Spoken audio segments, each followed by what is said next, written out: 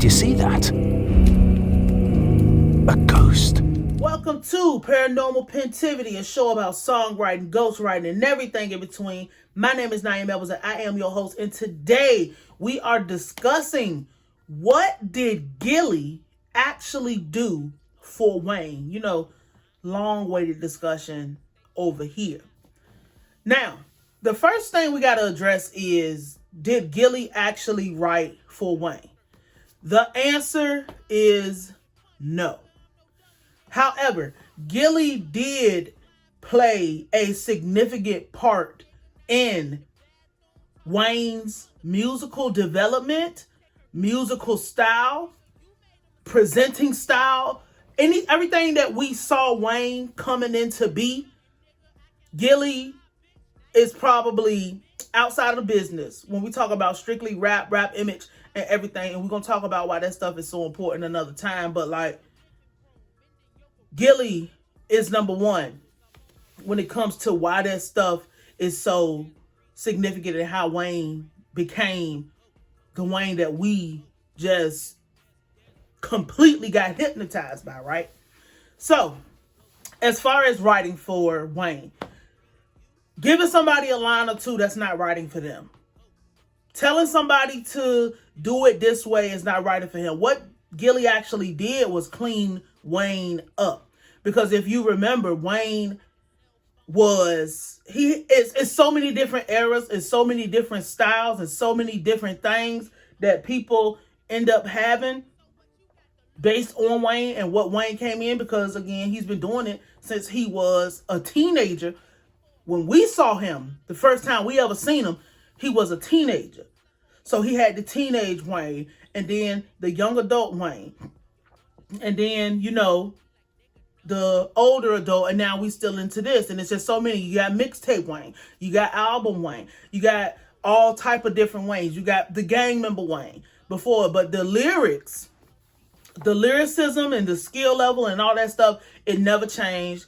It got better. It gets progressive because the more you write, the more work you do, the better you actually become at what you're doing, because writing is a skill that you can improve on. You just have to continue to do it and continue to do it and continue to do it. Even if people are like, oh, right, he's not writing stuff down, it doesn't matter. It's the song aspect of it. And if you do something enough, you know how to get this shit done in your head, because that's what motherfuckers do. And they're writing the music. They're writing it in their head, and you got to go back and learn it, opposed to how other people write. Everybody has their own styles.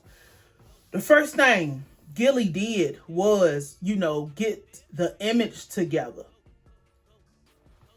The image is so important. It's because that's the first thing you're going to see. That's how you present it.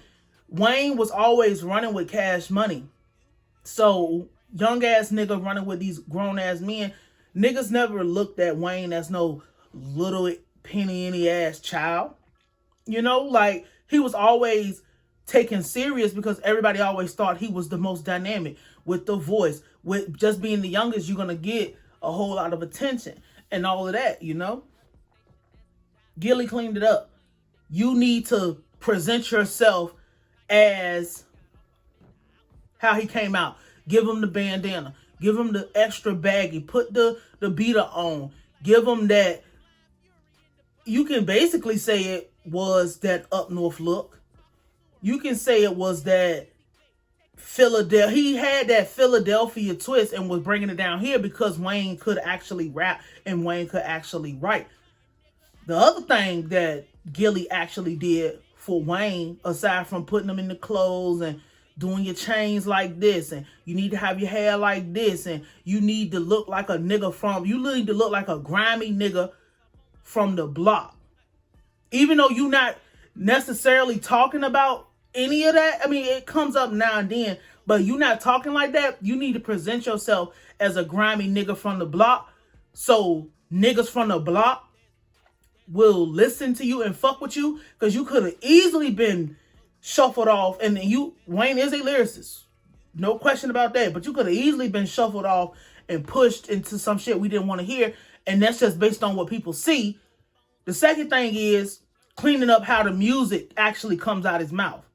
You could be the best writer you want to. You could be the best lyricist of all time.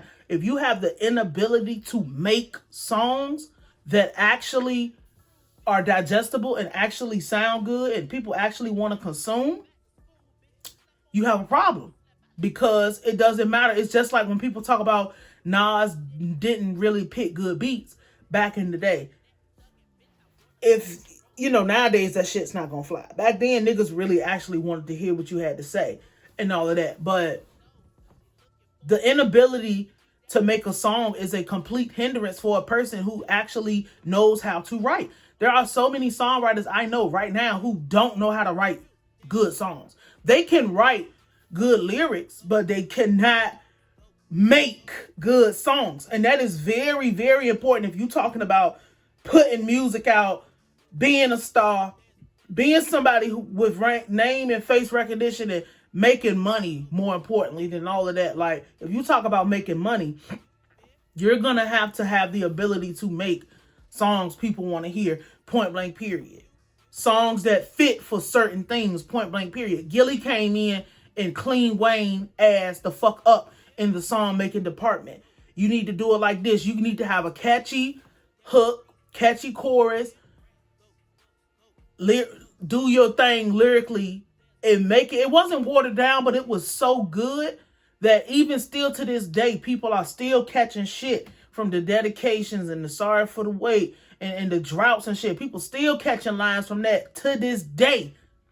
Because Wayne already had the talent. Wayne already had the genius. Wayne already knew how to write. It's just when Gillie stepped in, it's like, you need to do it this way. You need to say it this way. You need to make it like this. You need to do it like this. I'm basically shaping and molding you into an artist, because Wayne already had Birdman and Slim and people around him handling his business so he could focus solely on doing it the art way.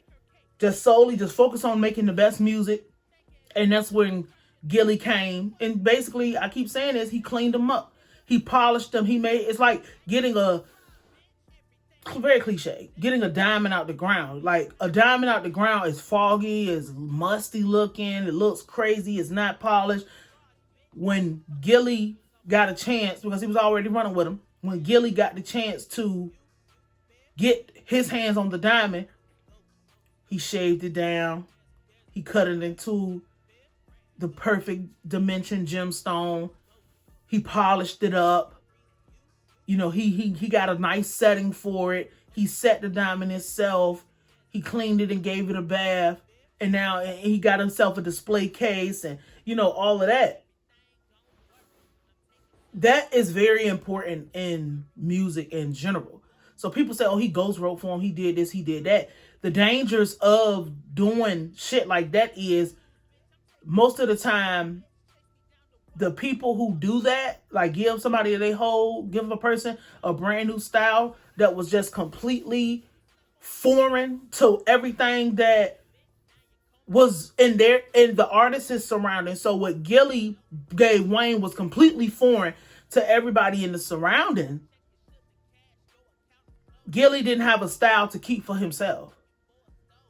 Because Wayne, with Gillie's expertise and Wayne's abilities combined, it gave the world something that was so potent and so pure and so amazing that if Gillie came out and tried to do what Wayne was doing, nobody would accept it. It would be instant rejection because this is like, oh, you trying to be like Wayne. Even if everybody had proof that you came through and you did exactly what you did, which was polish Wayne and make him into a mega star by giving him the direction, showing him how to do this, maybe rearranging lyrics, because a lot of times, it's not writing for a motherfucker. They already have their music. You need to take lines and move them here. You need to take the first four of I've done this for myself. Take the first four of your verse and make it your hook. And just do that 2 or 3 times, or do that and switch the words up a little bit. I do this kind of stuff all the time.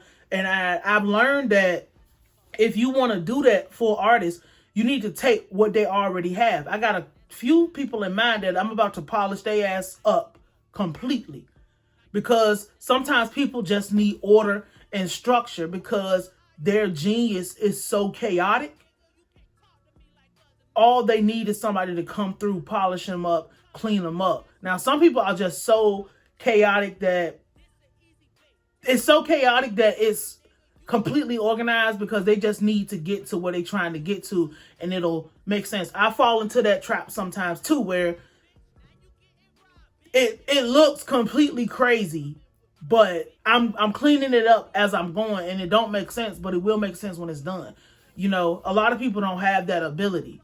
The only other person I really can think about when it's like that is like Kanye West, outside of the attention whore shenanigans. But this is about Gillie and what he did for Wayne. And it completely backfired because now you've given the style away.